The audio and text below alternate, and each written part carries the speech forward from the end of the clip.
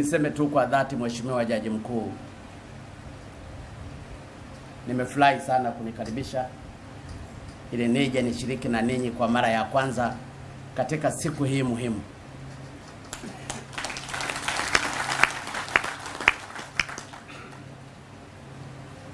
Lakini nimshukuru pia Mwenyezi Mungu ambaye alituwezesha kumaliza uchaguzi salama, na niwashukuru ninyi hasa vyombo vya mahakama na vya kutoa haki, kwa sababu iliwagusa mioyoni mwenu na kutoa haki ya mimi kuwa rais wenu wa awamu ya 5. Kwa hiyo natoa shukrani sana. Lakini pia Mheshimiwa Jaji Mkuu na mahakama kwa ujumla, napenda niwashukuru kwa kazi nzuri mnayoifanya. Ukweli kwa ujumla wenu na kwa asilimia kubwa mnafanya kazi kubwa sana ambayo wala haina complication. Tulipokuwa tumekaa pale nilikuwa nakuuliza, siku hii na yenyewe inaonyeshwa live? Ukasema hapana. Nikasema kwa nini ninyi hamtaki kuonyesha live? Mkasema mnataka mzitumie hizo hela za kuonyesha live kwa ajili ya kuwahudumia Watanzania. Hongereni sana.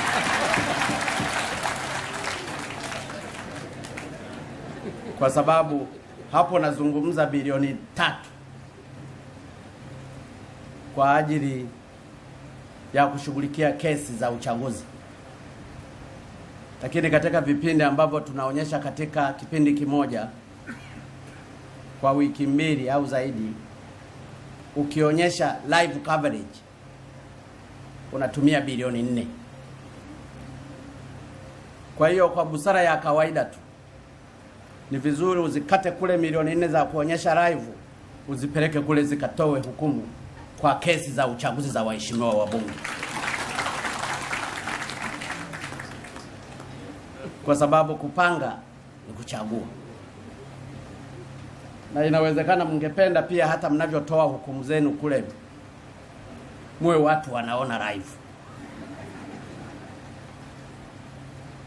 Lakini kwa mtu ambaye anajua anazingatia maadili yake na hasa anatumikia nchi maskini ambayo ina shida nyingi, unakuta wananchi wa Morogoro leo hawawezi wakasafiri kutoka Kilombero kwenda Ifakara kwa sababu hakuna communication.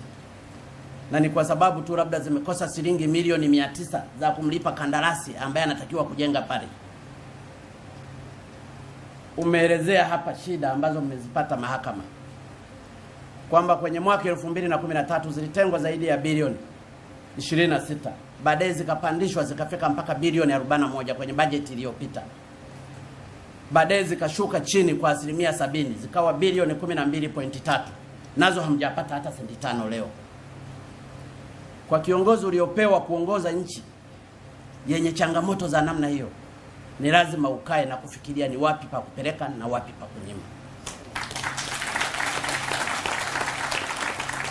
Na ndio maana nasema kwa dhati kabisa, Mheshimiwa Jaji Mkuu na mahakama,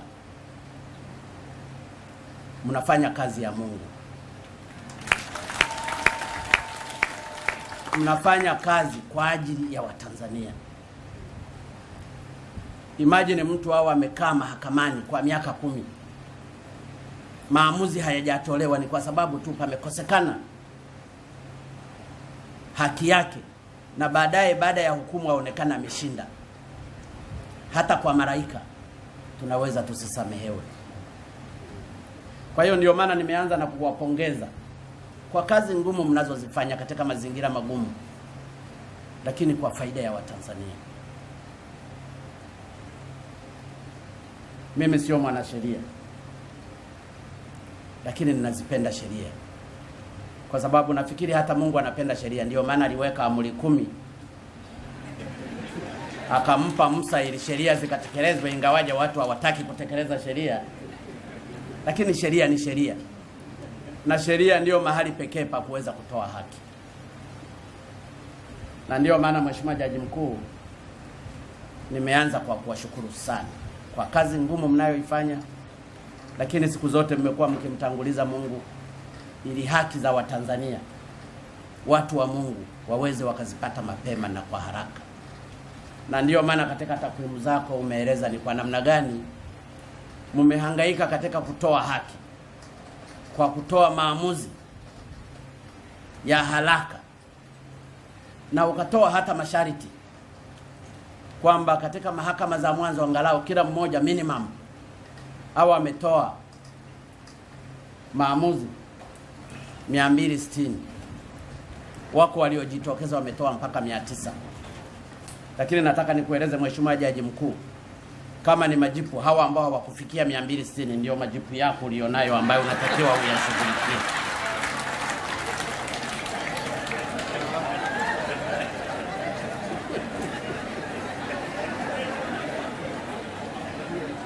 Kwa sababu ninafahamu ninyi pia sio malaika.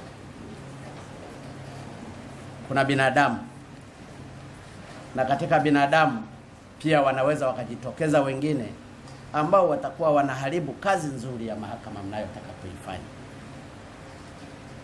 Haingilii akilini wewe Jaji Mkuu ambaye hata mimi uliniapisha, unatoa maagizo kwamba angalau kesi 260.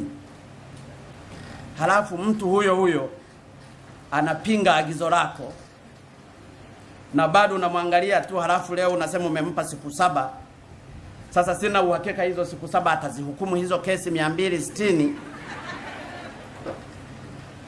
Ninachotaka kukuomba, wale waliohukumu kesi 900, hata mimi nawapongeza sana.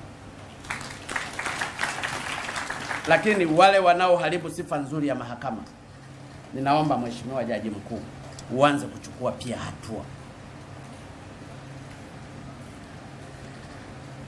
Uanze pia kuchukua hatua.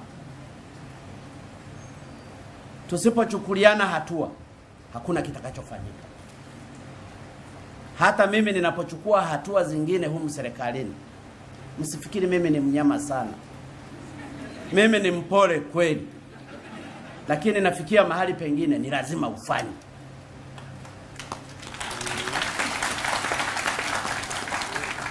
Inafika mahali lazima ufumbe macho useme lazima nifanye.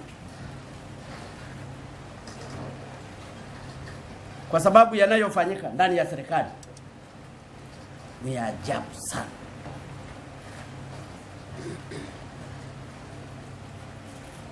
Niwatolee mfano tu, na ni lazima niseme tu kwa sababu ni lazima niseme haki.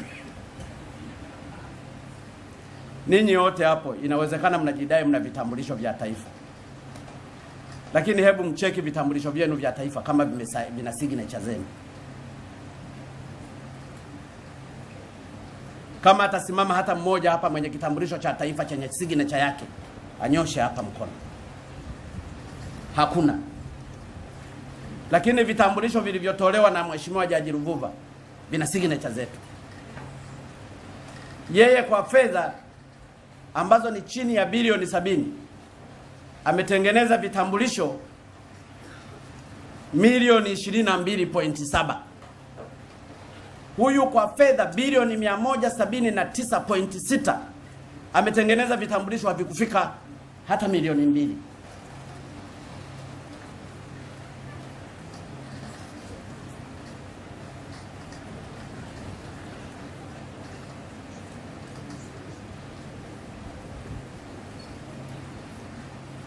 Kwa hiyo unapoamua kuchukua maamuzi, kwa sababu kuna watu walifikia nchi ya ajabu sana.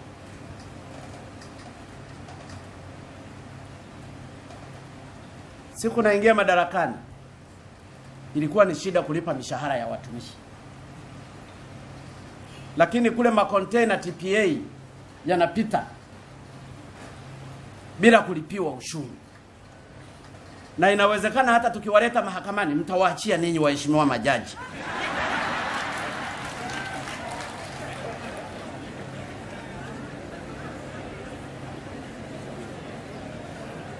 Na ndiyo maana unaweza ukasimama mahali ukaona namna gani ugumu wa kuongoza nchi ambayo imeingiliwa na wadudu wa kila aina. Na ndiyo maana siku zote ninakuwa nasema, ndugu zangu, mniombee. Na wewe Mheshimiwa Jaji Mkuu, pamoja na kwamba una nguvu za kuhukumu, na mimi pia uniombee kabla ya kuhukumu. Kwa sababu tuna changamoto kubwa katika nchi yetu ya kuweka maadili yaliyo mema. Wako watu wanacheza na pesa kama wanavyotaka, na wapo watu ambao ni maskini sana katika nchi hii. Wako watu ambapo wakati wa bodi wanapoamua kukaa, wanaona hakuna hoteli yoyote hapa Tanzania ya kuweza kukaa wakati wa bodi, wanakwenda Ulaya kwa ajili ya bodi zao wanazokaa. Wakati mahakama ya Loliondo uliozungumza haina hata mahakama. Wakati hakimu hakuna hata pikipiki. Wakati kuna watu hata kupata mlo wa kwanza ni shida.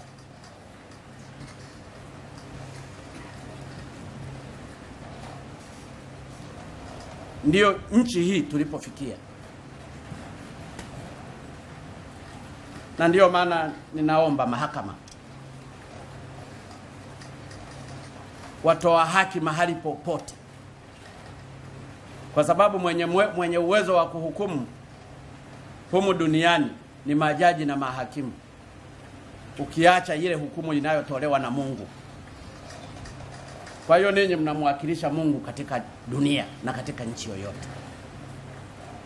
Toeni hukumu kwa haki, lakini kwa hawa ambao wanaweza kuifikisha nchi mahali pabaya, toeni hukumu haraka.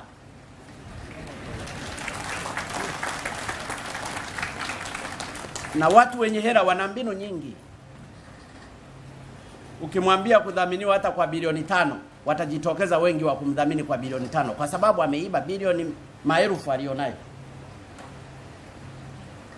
Kwa hiyo ni waombe waheshimiwa majaji, waheshimiwa mahakimu, muitangulize Tanzania kwanza. Mkiitanguliza Tanzania kwanza, na hasa tunapoanza mwaka huu mpya wa mahakama, tutaweza kufika mbali na tutaweza kuwasaidia Watanzania wengi.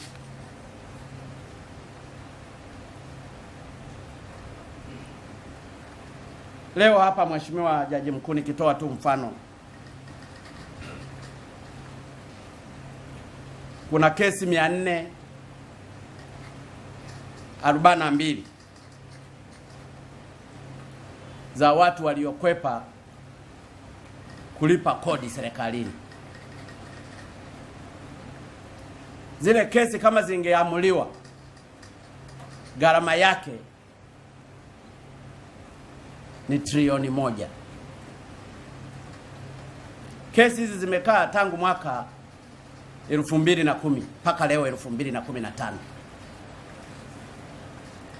Na ile imejenga mazingira TRA wanapokwenda kumtafuta mfanyabiashara kusudi alipe kodi, anakimbilia mahakamani. Na mahakamani haziamuliwi. Kwa hiyo serikali sasa hivi tumekosa trilioni 1. Bajeti yako ungehesabu zile bilioni 40 zinaingia ngapi kwa trilioni 1. Lakini trilioni 1, hata kama ungeamua Tanzania tuwe na shirika la ndege letu linalojitegemea, mkienda leo mkagugo, thamani ya Airbus moja mpya brand new yenye kubeba watu kati ya 120 na zaidi ni dola milioni 90.6. Kwa hiyo ukizidisha kwa exchange rate ya sasa hivi, maana yake ni bilioni 140. Kwa hiyo trilioni 1 unaweza ukajua tungekuwa na Airbus ngapi mpya tumezishusha hapa. Maana yake tungekuwa na ndege zaidi ya 6 mpya. Na hizi ndege tungeamua sasa, badala ya kuwa msafiri anayekuja kutalii Tanzania lazima ateremkie Kenya kwa Mheshimiwa Jaji Mkuu wa kule, angeteremkia moja kwa moja Kilimanjaro na tukapata utalii.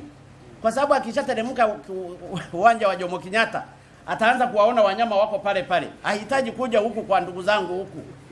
Anarudia pale pale. na wangekuja moja kwa moja, maana yake uchumi wetu ungepanda. Na ndiyo maana Mheshimiwa Jaji Mkuu, ninazungumza kwa dhati kabisa na kwa uchungu mkubwa, mahakama pia mtusaidie. Ninatoa mfano kwa hapa tu Kisutu, ambapo ni Dar es Salaam. Kuna kesi 26 ambazo wahusika walishikwa wakiwa na nyara za serikali, wengine meno ya tembo, wengine kadhalika, red handed. Kesi zile zimechukua zaidi ya miaka 5 hazijapata maamuzi, na katika maelezo yanayotolewa ni kwamba upelelezi bado unaendelea. Wapelelezi polisi wapo, DPP yupo, na wameshikwa watu red handed, lakini upelelezi bado unaendelea. Upelelezi unaendelea. Upelelezi unaendelea. Kwa hiyo unaona dhahiri kwamba inawezekana yule jaji alitaka kutoa hukumu, lakini DPP pamoja na polisi wanaohusika kupeleleza kila siku wanasema upelelezi unaendelea. Atatoa judgment gani? Kwa hiyo unaweza ukaona tatizo napo liko mahali gani. DPP huko hapa, upelelezi uishe. Ukimshika mtu red handed, mpeleke huko siku hiyo hiyo akafungwe. Unahitaji upelelezi gani? Umemshika na meno ya tembo anayo mkononi, umemshika red handed, bado unazungumza kupeleleza. Unapeleleza nini? Au unatafuta rushwa?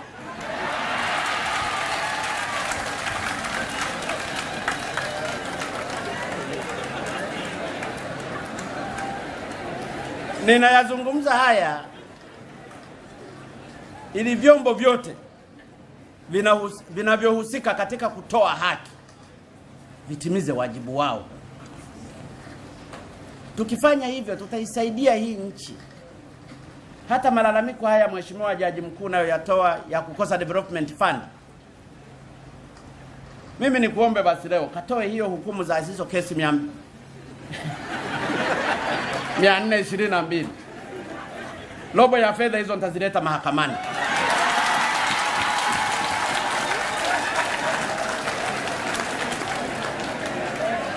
Kafanye operation hiyo trilioni 1, uitolee maamuzi, watu walipe hizo fedha. Ninakuahidi na ninasema kwa dhati, jua linawaka. Katika trilioni 1 hiyo, bilioni 250 nitazileta mahakamani, ili kusudi tubaki na bilioni 750 tukanunue ndege za serikali kwa ajili ya kuwa na Air Tanzania yenye uhakika. Lakini wale wafanyakazi wa Air Tanzania wale wote 200 tu retrench, waondoke moja kwa moja.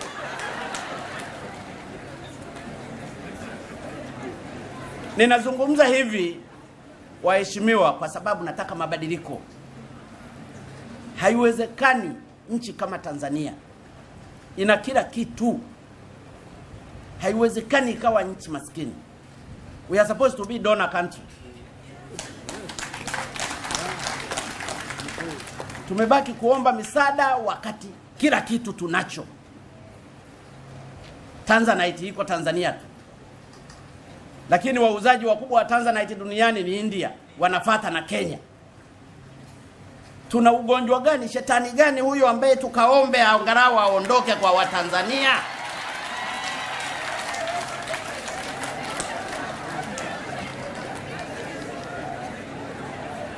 Kama ni kushindwa basi ashindwe akalegee moja kwa moja, ili Watanzania tuweze kufaidi na nchi yetu tuliyopewa na Mungu.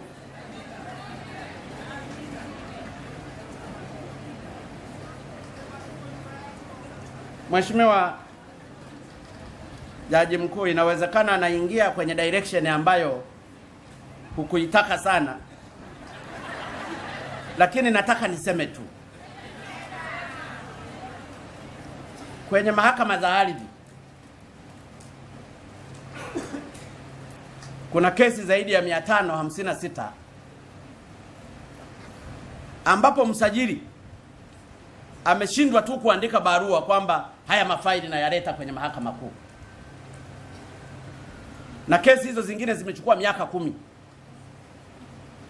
Waziri wa ardhi yupo, katibu mkuu wa ardhi yupo, kamishna wa ardhi yupo, msajili yupo. Hiyo ndiyo Tanzania. Kwa hiyo ninyi mahakama kuu mnashindwa kutoa judgment huku kwa sababu mafaili hayajaletwa na msajili wa Wizara ya Ardhi kuleta yale mafaili, kuyaleta tu mahakamani kusudi yakachukuliwe na yatatuliwe na haki itendeke. Hii ndiyo Tanzania. Hii ndiyo Tanzania.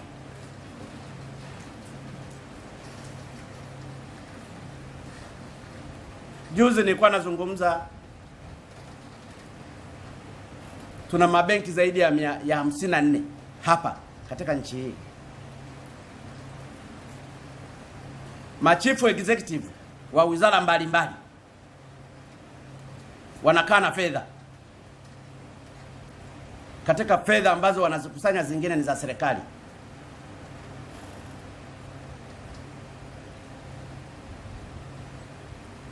Zile fedha wanaziweka kwenye akaunti za benki za kibiashara. Ukichukua fedha zote hizo zilizowekwa ni zaidi ya trilioni 1.6. Yale mabenki yanachofanya nikichukua hizo fedha za serikali zilizowekwa kule, wanaenda kukopa treasury bills kwenye BOT. Kwa hiyo serikali inafanya biashara na fedha zake.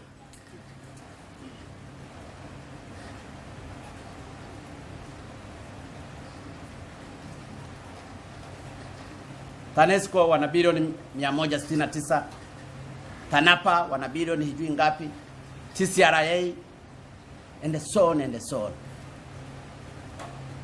Na fedha zilizobekwa kule kwenye mabenki, kuna fedha zingine zimewekwa wala haziingizi interest. Kwa hiyo wanakaa watu wanagawana kwa kuzungumza kwao, na ndio maana kuna watu wanajilipa mishahara mikubwa. Mahakimu huku wanahangaika, hawana hata pikipiki. Wapo watu wanaolipwa mishahara mpaka milioni 35 kwa mwezi. To the same country.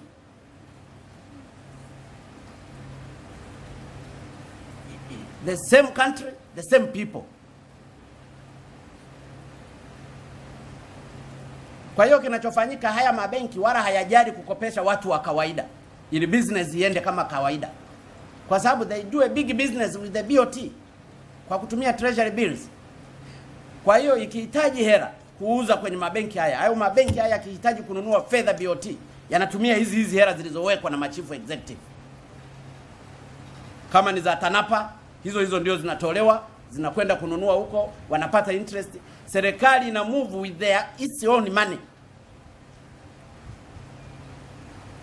Nilisema hizi hela zote zinafunguliwa account moja kwenye BOT. Full stop. Na hata mawaziri, Mheshimiwa Mwakembe anafahamu, zipo wizara zilizokuwa na fedha nyingi za retention. Nikawasikia juzi mmoja analalamika na mwingine hivi. Nikamwambia alete barua yangu ya kuresign aondoke. Hela hizi tunazishika. Hakuleta barua ya kuresign, maana yake amekubali hela ziwe monitored na BOT. Ili kusudi hela yetu tuielewe, itumike kulingana na maslahi ya Watanzania. Kuna shirika moja sitaki kulitaja hapa, lina bilioni 338. Limegawanya kwenye mabenki mbalimbali. Sasa kwa utaratibu huu, na kwa sababu they have money, wanaweza kudecide chochote na kuyumbisha serikali. Na ndio maana nilipokuwa nikifungua bunge nilisema tafadhali sana, my dream ni kuwa na mahakama ya hawa watu. Sasa sina uhakika kwa vile hawa ni mamilionea sana, kama hawa tawakorapti walioko kule watakao kuwa wanahukumu. Lakini angalau nina imani na wewe Mheshimiwa Jaji Mkuu.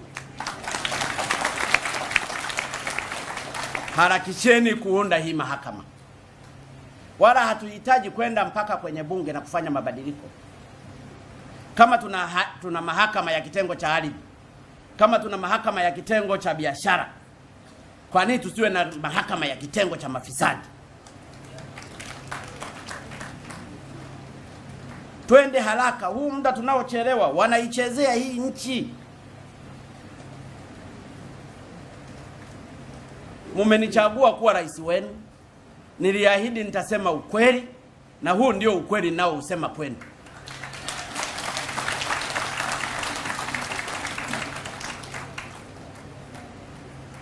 Huu mkate mdogo unaopatikana kwa ajili ya Watanzania ni vyema uwanufaishe wote, bila kujali dini zetu, makabila yetu, vyama vyetu, wote wafaidi na hii rasilimali ya Watanzania tunayoipata. Kwa hiyo ninapojaribu kuchukua hatua, ndugu zangu, Mheshimiwa Jaji Mkuu na waheshimiwa majaji, mimi sio kichaa, mimi sio dikteta, lakini angalau nataka nifanye sadaka yangu kwa kipindi nitakachokuwa naishi hapa duniani. Inawezekana hata baada ya kufa naweza nikawa hata rais kule wa malaika kidogo kidogo na kufungua.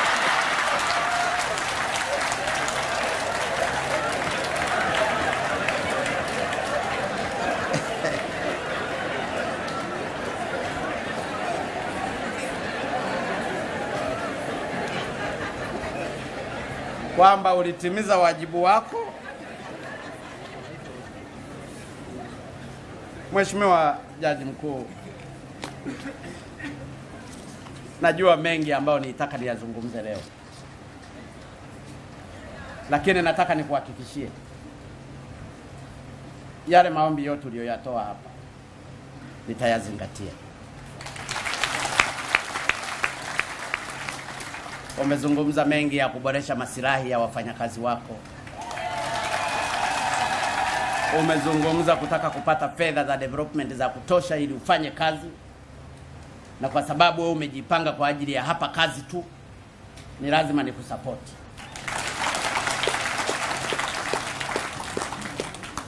Lakini na wewe Mheshimiwa Jaji Mkuu, naomba nisaidie kitu kimoja.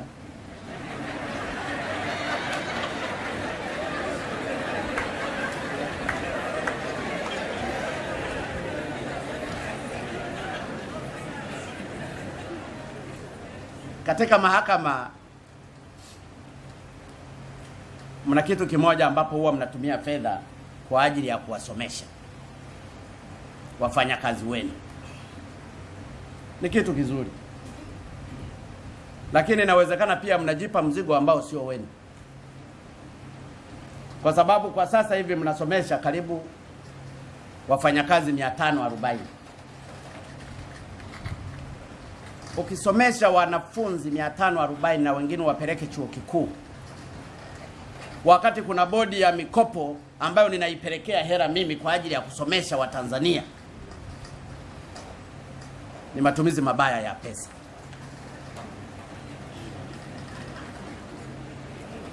Wale wenye qualification wanaotakiwa kwenda kusoma, leta orodha yao wakasomeshwe kwa mkopo wa bodi ya shule, ili hizi fedha unazozitumia wewe kidogo kwa ajili ya kuwasomesha hawa ukazitumie kununua magari kwa hao mahakimu wanaopata shida. Ukatumie kubadilisha system, badala ya kutumia mafaili halafu mtu mmoja kalana akitaka kupoteza faili anabadilisha tu direction, analitoa hapa analiweka hapa, ni chumba ni hicho hicho, mtalitafuta mwaka mzima hamtaliona.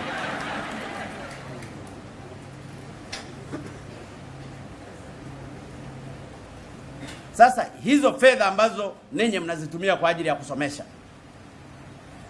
na inawezekana wengine ambao si watu wema, anaamua kumsomesha mtu mwingine, anaweza akamsomesha kuanzia darasa la 7 akampeleka mpaka form 4, akamaliza akampeleka mpaka chuo kikuu, wakati nje ya mahakama kuna watu waliomaliza chuo kikuu wenye degree za law na masters wanazunguka wakitafuta kazi, wamekosa. Wapo. Na ungetangaza leo, wewe niruhusu Mheshimiwa Jaji Mkuu niseme tu hata leo, wanaotaka ajira wenye degree, first degree na second degree ya law, utaona ofisini pale watajaa.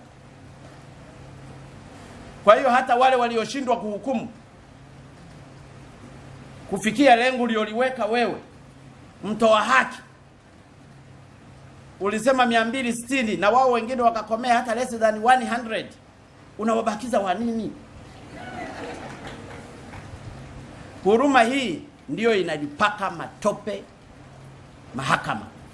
Nimeenda Arusha, watu wanalalamika na nani yangu ya mirathi, watu wanateseka, na hasa kwenye mahakama za mwanzo. Mahakama za mwanzo ni kilio, lakini inawezekana tumeweka watu ambao hawana qualification, tunawabeba tu, wakati kwenye field wako wengi waliosoma, hatutaki kuwaajiri, na vijana wanalalamika hawana employment. Wewe umekaa na watu kule ambao unawabeba tu, na hata kuhukumu hawawezi kuhukumu kwa sababu they don't have qualification. Upstairs they are not fined, ni tabula rasa. Sitaki kuingilia mahakama kwa sababu mtaanza kusema ameingilia mahakama. Mimi ninasema yanayonigusa kwenye moyo wangu, na msema kweli ni mpenzi wa Mungu. Ni lazima tufike mahali tuamue kwa ajili ya mustakabali wa nchi yetu. Nchi yetu ni muhimu kuliko kitu chochote. Na ndio maana saa nyingine nafikia kila siku tunaidiwa vya ahadi vya ajabu na vyenye masharti ya ajabu. Nimeamua nchi iende, na itaenda. Anayefikiri hata ikwamisha atakwama yeye, kwa sababu Mungu yuko pamoja na mimi. Na watu ninaowategemea sana ni mahakama. Mahakama unafunga kila mmoja. Hata rais nikitaka kufungwa na mahakama anafungwa. Mbunge anafungwa, nani anafungwa? Ninyi ndio wenyewe. Na ndio maana nguo zenu labda nyekundu, maana yake damu hiyo.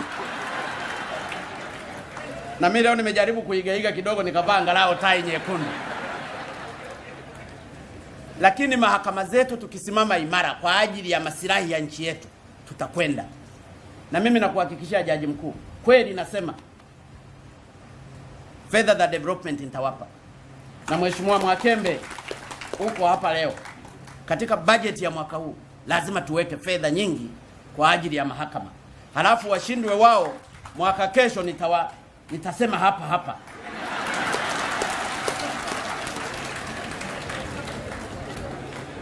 Niliwapa hela kiasi hiki, tena nitawapa kuliko budget zote ambazo mmepewa. Kwa sababu makusanyo yapo. Wakwepa kodi lazima walipe. Hata kwenye maandiko anasema ya Kaisari, mpe Kaisari, ya Mungu mpe Mungu. Hata Marekani wanalipa kodi. Leo nilikuwa naangalia kwenye taarifa ya habari, mchezaji mmoja jiwa wapi amekwepa kodi, amehukumiwa kufungwa. Sisi wakwepa kodi hawafungwi.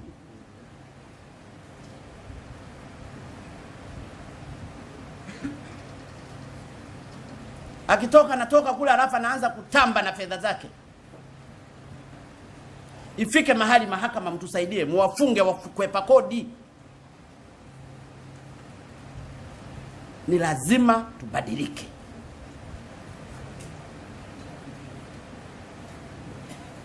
Lakini pia kama mtu amekwepa kodi mmoja, halafu wengine wanalipa kodi na wanauza bidhaa hiyo, it's not fair. Kwa sababu hata competition ya wafanyabiashara inakuwa ni fair. Yeye ameleta kwa kukwepa kodi, halafu mwingine amelipa kodi.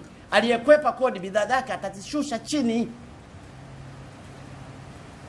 Akishashuka chini, huyo mwingine hatafanya fair competition. Kama hataki kufanya biashara, aache. Wafanye wanaotaka kufanya biashara, lakini na serikali ikusanye kodi yake. Kwa hiyo mimi nawategemea sana Mheshimiwa Jaji Mkuu na mahakama. Kweli nawategemea. Masilahi yenu mimi wala sina tatizo. Sijui magari, sijui mshahara kupandisha, sijui nini. It's not an issue. Kwa sababu si ninyi ndio mtatusaidia kuzipata. Kwa mfano hiyo trilioni 1 nikiipata baada ya siku 5 ikapatikana, una bilioni 250 mimi nakupa. Hukumu tu haraka haraka walipe. Document zipo, mtu anakwepa kwepa. Kwa hiyo saa nyingine tunajiumiza sisi wenyewe. Panakuwepo na mtu mmoja, kesi kila siku inapigwa tarehe. Mara hakimu anaumwa, leo hajisikii, leo ana family problem. DPP naye bado tunaendelea kupeleleza. Polisi naye hivyo hivyo. Tunabaki kuwasumbua tu watu wa magereza, kila siku kuwabeba, kuwapeleka na kuwarudisha. Halafu tunatumia hela kwa sababu kila mwezi lazima nitenge bilioni 1.7 kwa ajili ya chakula cha magereza.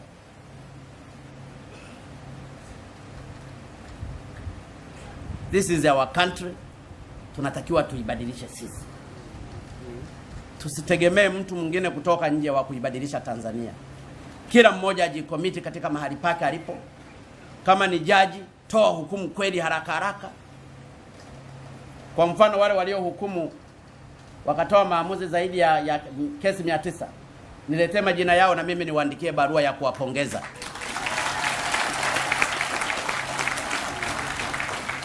Na hiyo ndio motivation. Na hata kama ni kuwaongezea mshahara, hao ndio wa kupromote. Nchi yetu hii tuna majaji wazuri mno. Lakini saa nyingine tunawa discourage wakishamuona mwenzake anafanya ya ajabu. Yeye kila siku anahukumu kwa msimamo mzuri, mwenzake anafanya mambo ya ajabu. Na ndio maana hata majaji hao waliostaafu ukiwaona ni wembamba tu kama mimi. Na muona Jaji Msumi yuko hivyo hivyo. Jaji yani hivyo hivyo. Mheshimiwa Jaji Bomani yuko hivyo hivyo. Hata ukimwangalia jaji aliyesimamia uchaguzi wa Tanzania, alimtanguliza Mungu, wakamwekea maneno mengi kwenye mdomo, lakini akasimama imara. Na mimi nikapenyeza nikawa rais. Who I am.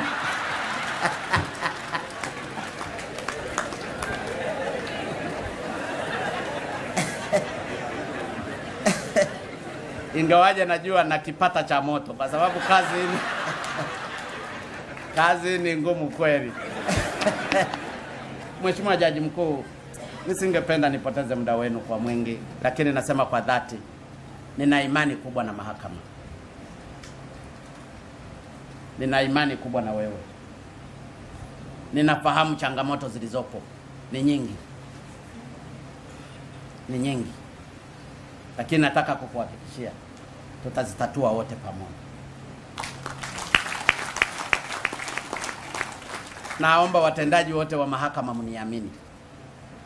Sitawaangusha.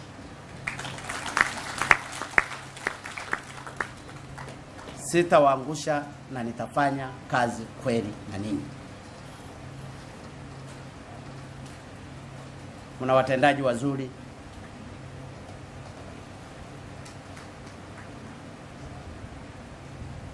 Ninajua wataziwasilisha shida zenu.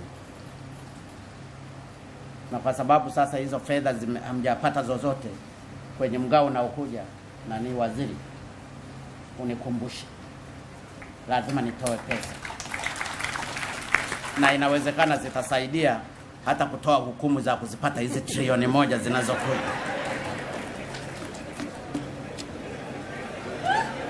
So umesema bilioni 12. Bilioni ngapi?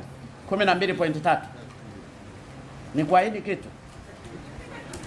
Nataka nikuhakikishie ndani ya siku 5 nitakupa zote hizo bilioni 12.3.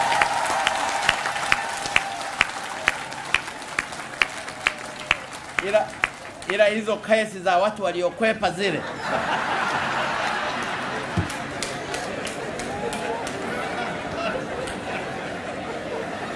in 5 days ninakupa hizo fedha.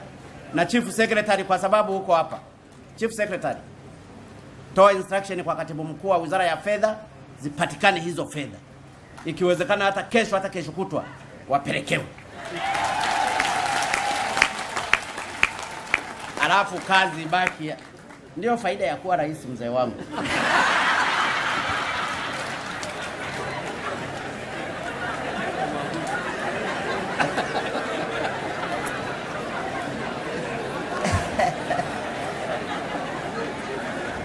Mheshimiwa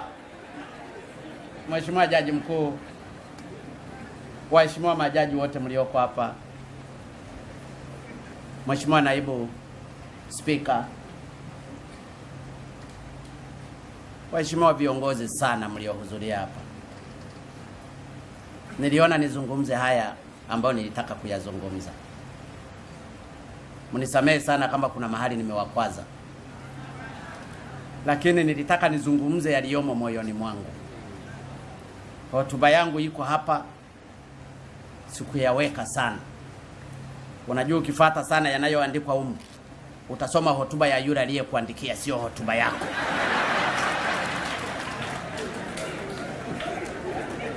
Na mimi nilitaka nitoe hotuba yangu ili muhimili huu muhimu wa mahakama unielewe, ili twende pamoja. Tuna lengo moja kubwa la kuijenga nchi yetu, kuijenga Tanzania mpya, Tanzania yenye maendeleo, Tanzania isiyo na kero, Tanzania yenye amani, Tanzania inayozingatia sheria. Kwa sababu hata kauli yangu ya hapa kazi tu, hata kwenye maandiko wanasema na asiyefanya kazi na asile, na asipokula si maana yake afe.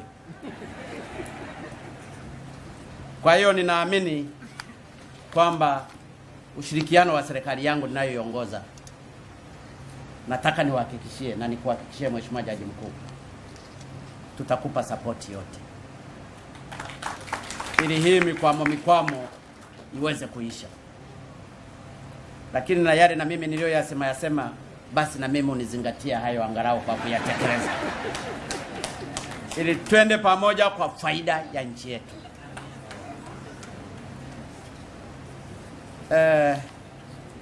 Mwisho, napenda kuwatakia watumishi wote wa mahakama na wadau wote wa utoaji haki kazi njema mnapoanza shughuli za mahakama kwa mwaka huu wa 2016. Mungu ibariki Tanzania. Mungu wabariki wafanyakazi wote wa mahakama. Asanteni sana, ninawashukuru sana kwa kunisikiliza. Thamani ya Airbus moja mpya, brand new, yenye kubeba watu kati ya 120 na zaidi, ni dola milioni 90.6. Kwa hiyo ukizidisha kwa exchange rate ya sasa hivi, maana yake ni bilioni 140. Kwa hiyo trilioni moja, unaweza ukajua tungekuwa na Airbus ngapi mpya tumezishusha hapa. Maana yake tungekuwa na ndege zaidi ya 6 mpya. Na hizi ndege tungeamua sasa, badala ya kuwa msafiri anayekuja kutalii Tanzania lazima ateremkie Kenya kwa Mheshimiwa Jaji Mkuu wa kule, angeteremkia moja kwa moja Kilimanjaro na tukapata utalii. Kwa sababu akishateremka uwanja wa Jomo Kenyatta ataanza kuwaona wanyama wako pale pale. Hahitaji kuja huku kwa ndugu zangu huku, anarudia pale pale. Na wangekuja moja kwa moja, maana yake uchumi wetu ungepanda. Na ndio maana Mheshimiwa Jaji Mkuu, ninazungumza kwa dhati kabisa na kwa uchungu mkubwa, mahakama pia mtusaidie. Ninatoa mfano kwa hapa tu Kisutu ambapo ni Dar es Salaam. Kuna kesi 26 ambazo wahusika walishikwa wakiwa na nyara za serikali. Wengine meno ya tembo, wengine kadhalika red handed. Kesi zile zimechukua zaidi ya miaka 5 hazijapata maamuzi. Na katika maelezo yanayotolewa ni kwamba upelelezi bado unaendelea. Wapelelezi polisi wapo, DPP yupo, na wameshikwa watu red handed, lakini upelelezi bado unaendelea. Upelelezi unaendelea. Kwa hiyo unaona dhahiri kwamba inawezekana yule jaji alitaka kutoa hukumu, lakini DPP pamoja na polisi wanaohusika kupeleleza kila siku wanasema upelelezi unaendelea. Atatoa judgment gani? Kwa hiyo unaweza ukaona tatizo napo liko mahali gani. DPP huko hapa, upelelezi uishe. Ukimshika mtu red handed, mpeleke huko siku hiyo akafungwe. Unahitaji upelelezi gani? Umemshika na meno ya tembo anayo mkononi, umemshika red handed, bado unazungumza kupeleleza. Unapeleleza nini? Au unatafuta rushwa?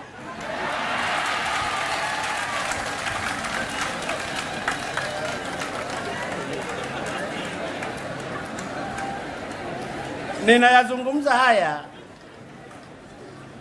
ili vyombo vyote vinavyohusika katika kutoa haki vitimize wajibu wao. Tukifanya hivyo tutaisaidia hii nchi. Hata malalamiko haya Mheshimiwa Jaji Mkuu nayo yatoa ya kukosa development fund, mimi nikuombe basi leo katoe hiyo hukumu za hizo kesi 422. Robo ya fedha hizo nitazileta mahakamani.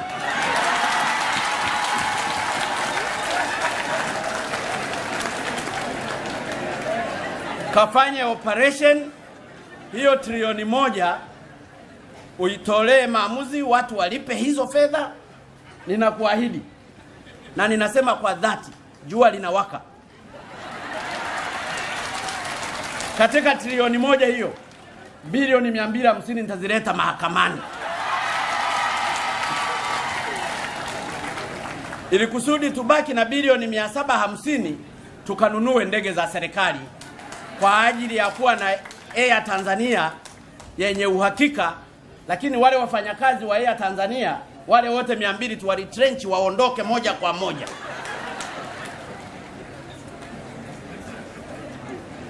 Ninazungumza hivi waheshimiwa kwa sababu nataka mabadiliko. Haiwezekani nchi kama Tanzania ina kila kitu, haiwezekani ikawa nchi maskini. We are supposed to be donor country. Tumebaki kuomba misaada wakati kila kitu tunacho. Tanzanite iko Tanzania tu, lakini wauzaji wakubwa wa Tanzanite duniani ni India, wanafuata na Kenya. Tuna ugonjwa gani? Shetani gani huyo ambaye tukaombe angalau aondoke kwa Watanzania?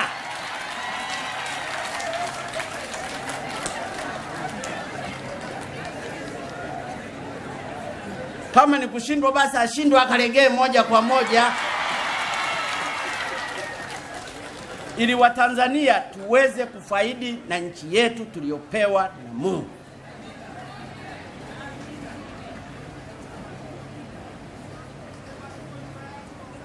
Mheshimiwa Jaji Mkuu, inawezekana anaingia kwenye direction ambayo hukuitaka sana,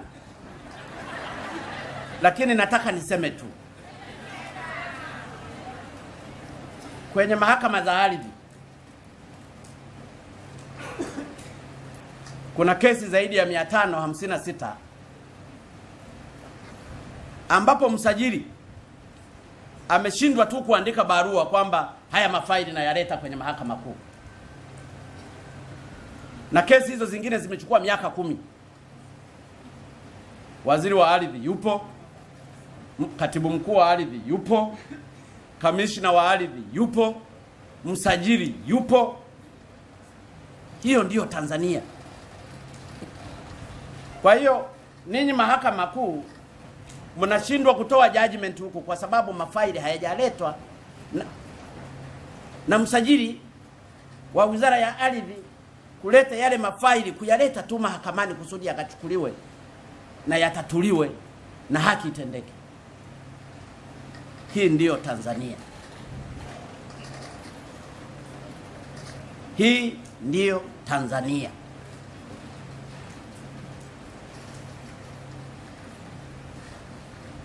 Juzi nilikuwa nazungumza, tuna mabenki zaidi ya 54 hapa katika nchi hii, kazi 540.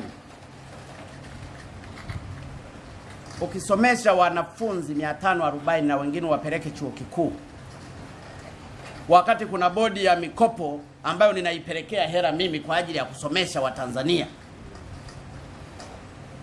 ni matumizi mabaya ya pesa.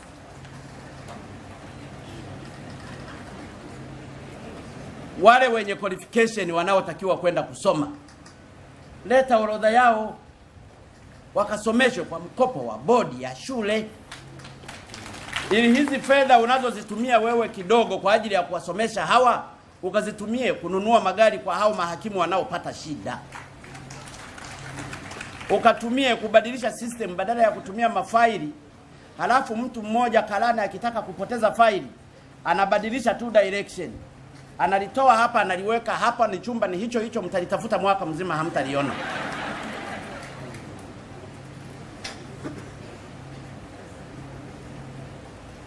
Sasa hizo fedha ambazo ninyi mnazitumia kwa ajili ya kusomesha, na inawezekana wengine ambao si watu wema, anaamua kumsomesha mtu mwingine, anaweza akamsomesha kuanzia darasa la 7 akampeleka mpaka form 4, akamaliza akampeleka mpaka chuo kikuu, wakati nje ya mahakama kuna watu waliomaliza chuo kikuu wenye degree za law na masters wanazunguka wakitafuta kazi, wamekosa. Wapo. Na ungetangaza leo, wewe niruhusu Mheshimiwa Jaji Mkuu niseme tu hata leo, wanaotaka ajira wenye degree, first degree na second degree ya law, utaona ofisini pale watajaa. Kwa hiyo hata wale walioshindwa kuhukumu kufikia lengo ulioliweka wewe, mtoa haki, ulisema 260 na wao wengine wakakomea hata less than 100, unawabakiza wa nini? Huruma hii ndiyo inajipaka matope mahakama. Nimeenda Arusha, watu wanalalamika na nani yangu ya mirathi, watu wanateseka, na hasa kwenye mahakama za mwanzo.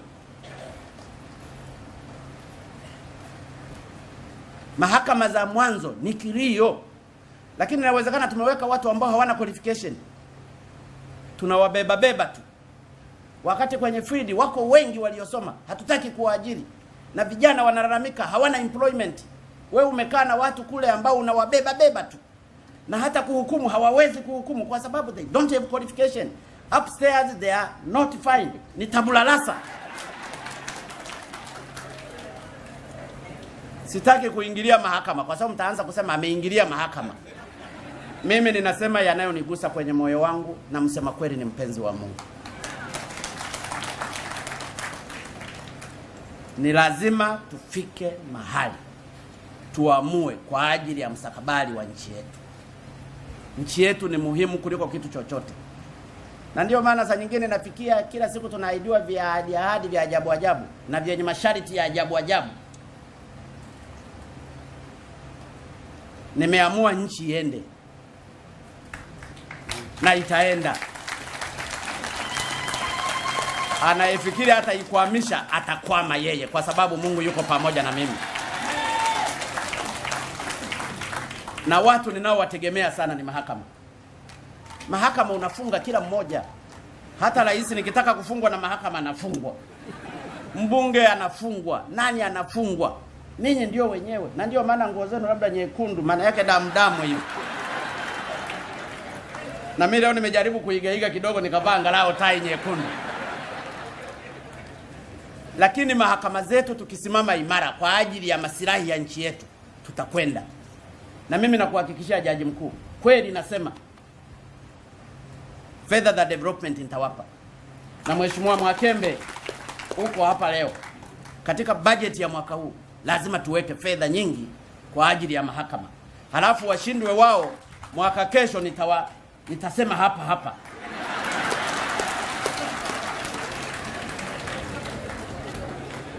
Niliwapa hela kiasi hiki, tena nitawapa kuliko budget zote ambazo mmepewa. Kwa sababu makusanyo yapo. Wakwepa kodi lazima walipe. Hata kwenye maandiko anasema ya Kaisari, mpe Kaisari, ya Mungu mpe Mungu. Hata Marekani wanalipa kodi. Leo nilikuwa naangalia kwenye taarifa ya habari, mchezaji mmoja jiwa wapi amekwepa kodi, amehukumiwa kufungwa. Sisi wakwepa kodi hawafungwi.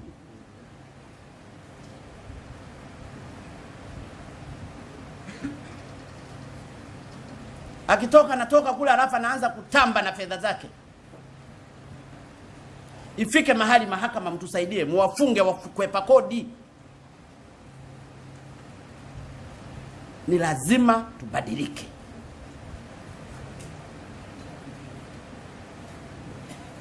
Lakini pia kama mtu amekwepa kodi mmoja, halafu wengine wanalipa kodi na wanauza bidhaa hiyo hiyo, it's not fair. Kwa sababu hata competition ya wafanyabiashara inakuwa ni fair. Yeye ameleta kwa kukwepa kodi, halafu mwingine amelipa kodi. Aliyekwepa kodi bidhaa zake atazishusha chini. Akishashuka chini, huyu mwingine hatafanya fair competition. Kama hataki kufanya biashara, aache. Wafanye wanaotaka kufanya biashara, lakini na serikali ikusanye kodi yake. Kwa hiyo mimi nawategemea sana Mheshimiwa Jaji Mkuu na mahakama. Kweli nawategemea. Maslahi yenu mimi wala sina tatizo. Sijui magari, sijui mshahara kupandisha, sijui nini. It's not an issue. Kwa sababu si ninyi ndio mtatusaidia kuzipata. Kwa mfano hiyo trilioni 1 nikiipata baada ya siku 5 ikapatikana, una bilioni 250 mimi nakupa. Hukumu tu haraka walipe. Lakini wale wanaoharibu sifa nzuri ya mahakama, ninaomba Mheshimiwa Jaji Mkuu uanze kuchukua pia hatua.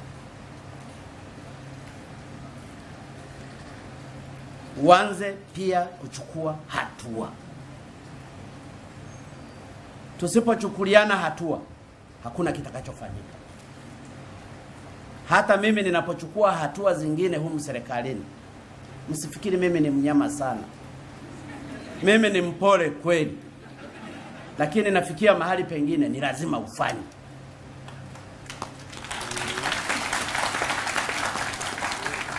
Inafika mahali lazima ufumbe macho useme lazima nifanye.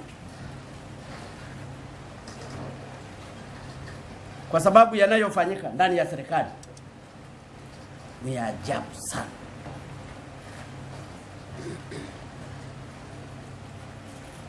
Niwatolee mfano tu. Na ni lazima niseme tu kwa sababu ni lazima niseme haki. Ninyi wote hapo inawezekana mnajidai mna vitambulisho vya taifa. Lakini hebu mcheki vitambulisho vyenu vya taifa kama vina signature zenu. Kama atasimama hata mmoja hapa mwenye kitambulisho cha taifa chenye signature yake, anyoshe hapa mkono. Hakuna.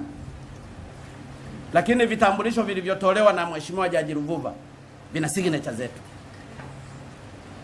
Yeye kwa fedha ambazo ni chini ya bilioni 70 ametengeneza vitambulisho milioni 22.7. Huyu kwa fedha bilioni 179.6 ametengeneza vitambulisho havikufika hata milioni 2.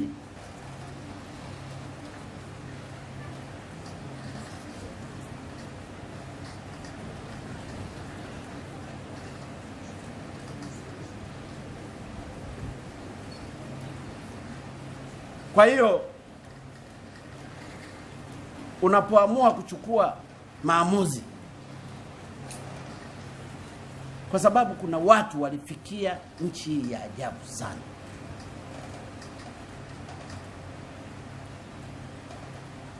Siku naingia madarakani ilikuwa ni shida kulipa mishahara ya watumishi. Lakini kule makontena TPA yanapita bila kulipiwa ushuru. Na inawezekana hata tukiwaleta mahakamani mtawaachia ninyi waheshimiwa majaji.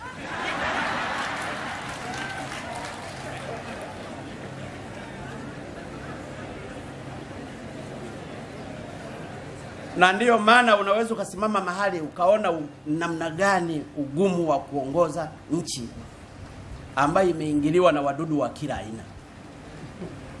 Na ndiyo maana siku zote ninakuwa nasema, ndugu zangu, mniombee. Na wewe Mheshimiwa Jaji Mkuu, pamoja na kwamba una nguvu za kuhukumu, na mimi pia uniombee kabla ya kuhukumu. kwa sababu tuna changamoto kubwa katika nchi yetu ya kuweka maadili yaliyo mema. Wako watu wanacheza na pesa kama wanavyotaka, na wapo watu ambao ni maskini sana katika nchi hii. Wako watu ambapo wakati wa bodi wanapoamua kukaa, wanaona hakuna hoteli yoyote hapa Tanzania ya kuweza kukaa wakati wa bodi, wanakwenda Ulaya kwa ajili ya bodi zao wanazokaa. Wakati mahakama ya Loliondo uliozungumza haina hata mahakama. Wakati hakimu hakuna hata pikipiki. Wakati kuna watu hata kupata mlo wa kwanza ni shida.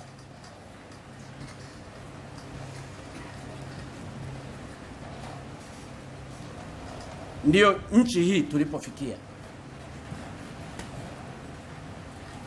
Na ndio maana ninaomba mahakama watoa haki mahali popote, kwa sababu mwenye uwezo wa kuhukumu humu duniani ni majaji na mahakimu, ukiacha ile hukumu inayotolewa na Mungu. Kwa hiyo ninyi mnamwakilisha Mungu katika dunia na katika nchi yoyote.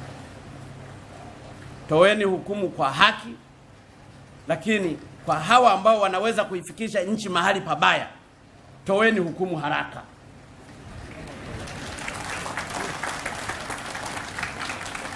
Na watu wenye hela wana mbinu nyingi. Ukimwambia kudhaminiwa hata kwa bilioni 5, watajitokeza wengi wa kumdhamini kwa bilioni 5 kwa sababu ameiba bilioni maelfu alionayo. Kwa hiyo ni waombe waheshimiwa majaji, waheshimiwa mahakimu, muitangulize Tanzania kwanza. Mkiitanguliza Tanzania kwanza, na hasa tunapoanza mwaka huu mpya wa mahakama, tutaweza kufika mbali na tutaweza kuwasaidia Watanzania wengi.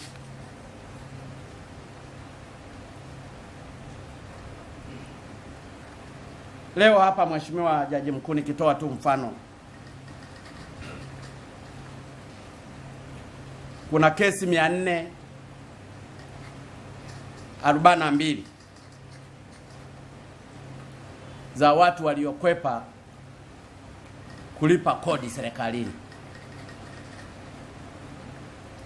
Zile kesi kama zingeamuliwa, gharama yake ni trilioni 1. Kesi hizi zimekaa tangu mwaka 2010 mpaka leo 2015. Na ile imejenga mazingira TRA wanapokwenda kumtafuta mfanyabiashara kusudi alipe kodi, anakimbilia mahakamani. Na mahakamani haziamuliwi. Kwa hiyo serikali sasa hivi tumekosa trilioni 1. Bajeti yako ungehesabu zile bilioni 40 zinaingia ngapi kwa trilioni 1. Lakini trilioni 1, hata kama ungeamua Tanzania tuwe na shirika la ndege letu linalojitegemea, mkienda leo mkagugo. Niseme tu kwa dhati, Mheshimiwa Jaji Mkuu, nimefurahi sana kunikaribisha ili nije nishiriki na ninyi kwa mara ya kwanza katika siku hii muhimu.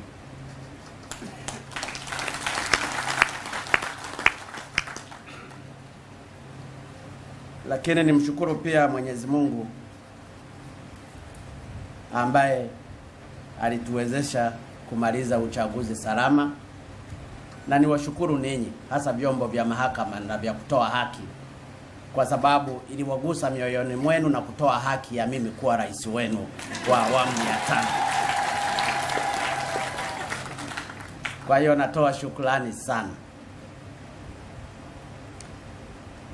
Lakini pia Mheshimiwa Jaji Mkuu na mahakama kwa ujumla, napenda niwashukuru kwa kazi nzuri mnayoifanya. Ukweli kwa ujumla wenu na kwa asilimia kubwa mnafanya kazi kubwa sana ambayo wala haina complication. Tulipokuwa tumekaa pale nilikuwa nakuuliza, siku hii na yenyewe inaonyeshwa live. Ukasema hapana. Nikasema kwa nini ninyi hamtaki kuonyesha live? Mkasema mnataka mzitumie hizo hela za kuonyesha live kwa ajili ya kuwahudumia Watanzania. Hongereni sana.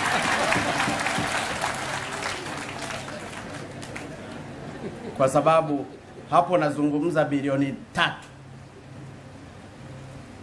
kwa ajili ya kushughulikia kesi za uchaguzi.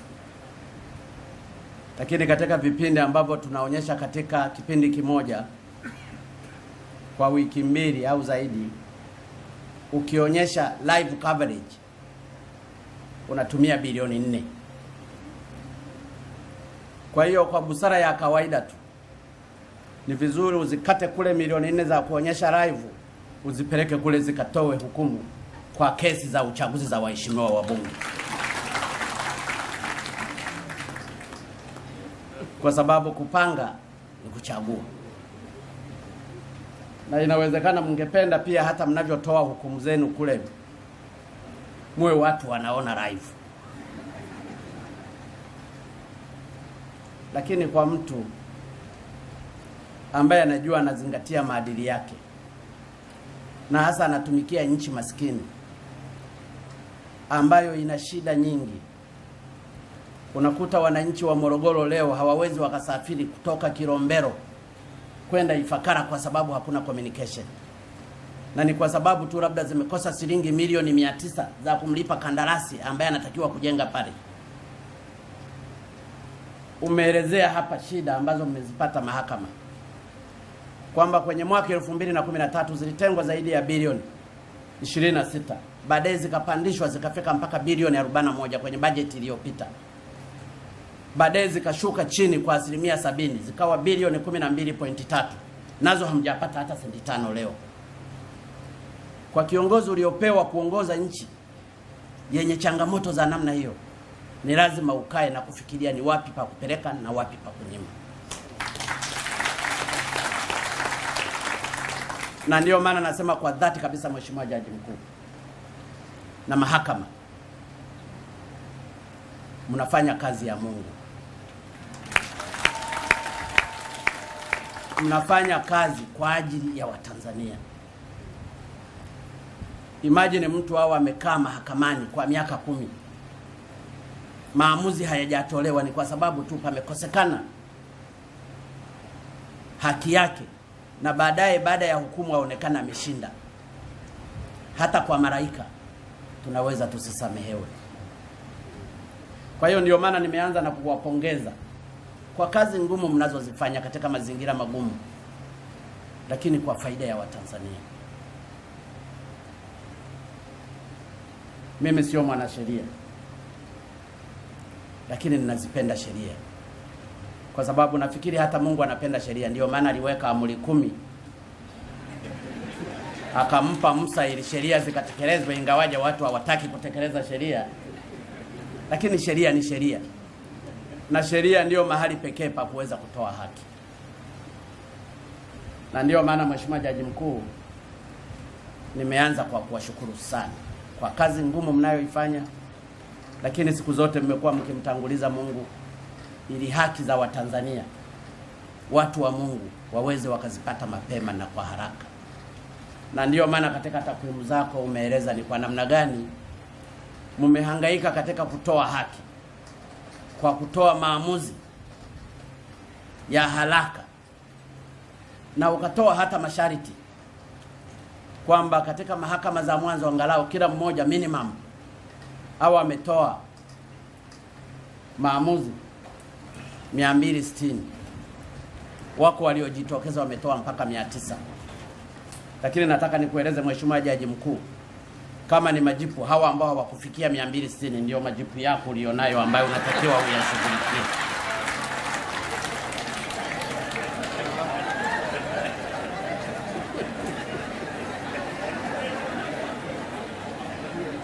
Kwa sababu ninafahamu ninyi pia sio malaika. Kuna binadamu, na katika binadamu pia wanaweza wakajitokeza wengine ambao watakuwa wanaharibu kazi nzuri ya mahakama mnayotaka kuifanya. Haingilii akilini wewe jaji mkuu ambaye hata mimi uliniapisha, unatoa maagizo kwamba angalau kesi 260. Halafu mtu huyo anapinga agizo lako na bado unamwangalia tu, halafu leo unasema umempa siku 7. Sasa sina uhakika hizo siku 7 atazihukumu hizo kesi 260. Ninachotaka kukuomba, wale waliohukumu kesi 900, hata mimi nawapongeza sana. Machifu executive wa wizara mbalimbali wanakaa na fedha, katika fedha ambazo wanazikusanya zingine ni za serikali.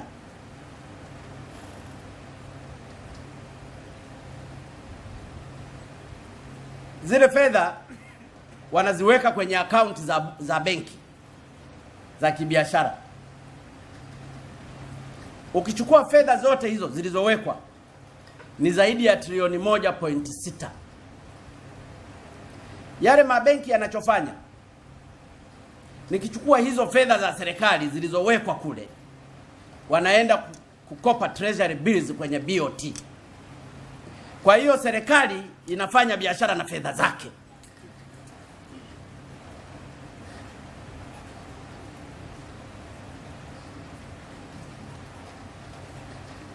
TANESCO wana bilioni 169, TANAPA wana bilioni hijui ngapi, TCRA and so on and so on. Na fedha zilizobekwa kule kwenye mabenki, kuna fedha zingine zimewekwa wala haziingizi interest. Kwa hiyo wanakaa watu wanagawana kwa kuzungumza kwao, na ndio maana kuna watu wanajilipa mishahara mikubwa. Mahakimu huku wanahangaika, hawana hata pikipiki. Wapo watu wanaolipwa mishahara mpaka milioni 35 kwa mwezi. To the same country.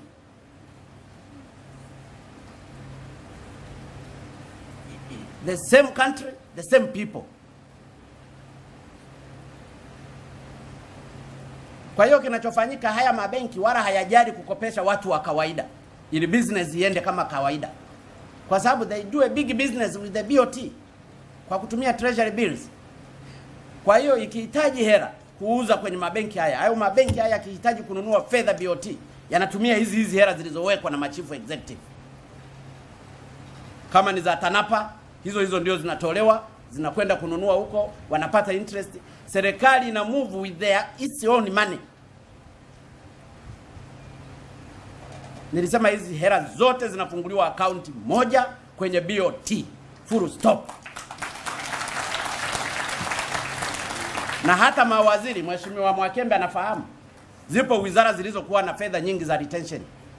Nikawasikia juzi mmoja analalamika na mwingine hivi. Nikamwambia alete barua yangu ya kuresign aondoke. Hela hizi tunazishika. Hakuleta barua ya kuresign, maana yake amekubali hela ziwe monitored na BOT. Ili kusudi hela yetu tuielewe, itumike kulingana na maslahi ya Watanzania. Kuna shirika moja sitaki kulitaja hapa, lina bilioni 338. Limegawanya kwenye mabenki mbalimbali. Sasa kwa utaratibu huu, na kwa sababu they have money, wanaweza kudecide chochote na kuiumbisha serikali. Na ndio maana nilipokuwa nikifungua bunge nilisema tafadhali sana, my dream ni kuwa na mahakama ya hawa watu. Sasa sina uhakika kwa vile hawa ni mamilionea sana, kama hawa tawakolapti walioko kule watakao kuwa wanahukumu. Lakini angalau nina imani na wewe Mheshimiwa Jaji Mkuu. Harakisheni kuunda hii mahakama. Wala hatuhitaji kwenda mpaka kwenye bunge na kufanya mabadiliko.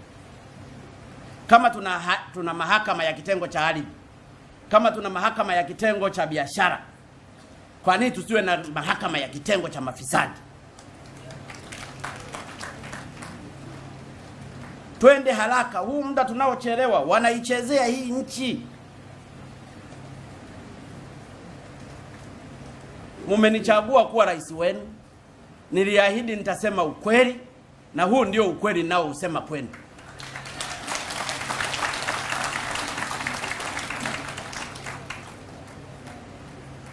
Huu mkate mdogo unaopatikana kwa ajili ya Watanzania ni vyema uwanufaishe wote, bila kujali dini zetu, makabila yetu, vyama vyetu, wote wafaidi na hii rasilimali ya Watanzania tunayoipata. Kwa hiyo ninapojaribu kuchukua hatua, ndugu zangu, Mheshimiwa Jaji Mkuu na waheshimiwa majaji, mimi sio kichaa, mimi sio dikteta, lakini angalau nataka nifanye sadaka yangu kwa kipindi nitakachokuwa naishi hapa duniani. Inawezekana hata baada ya kufa naweza nikawa hata rais kule wa malaika kidogo kidogo na kufungua.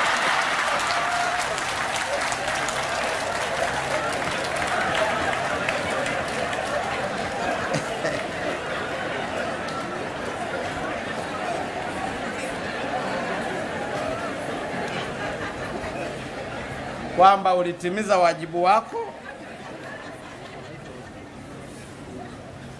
Mheshimiwa Jaji Mkuu, najua mengi ambayo nitaka niyazungumze leo,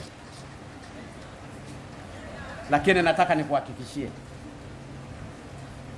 yale maombi yote uliyoyatoa hapa nitayazingatia. Umezungumza mengi ya kuboresha masilahi ya wafanyakazi wako. Umezungumza kutaka kupata fedha za development za kutosha ili ufanye kazi, na kwa sababu wewe umejipanga kwa ajili ya hapa kazi tu, ni lazima nikusupport.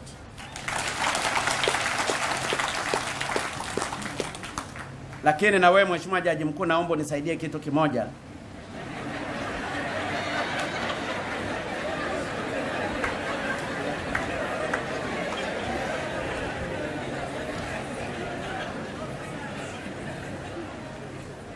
Katika mahakama mna kitu kimoja ambapo huwa mnatumia fedha kwa ajili ya kuwasomesha wafanyakazi wenu. Ni kitu kizuri, lakini inawezekana pia mnajipa mzigo ambao sio wenu, kwa sababu kwa sasa hivi mnasomesha karibu wafanya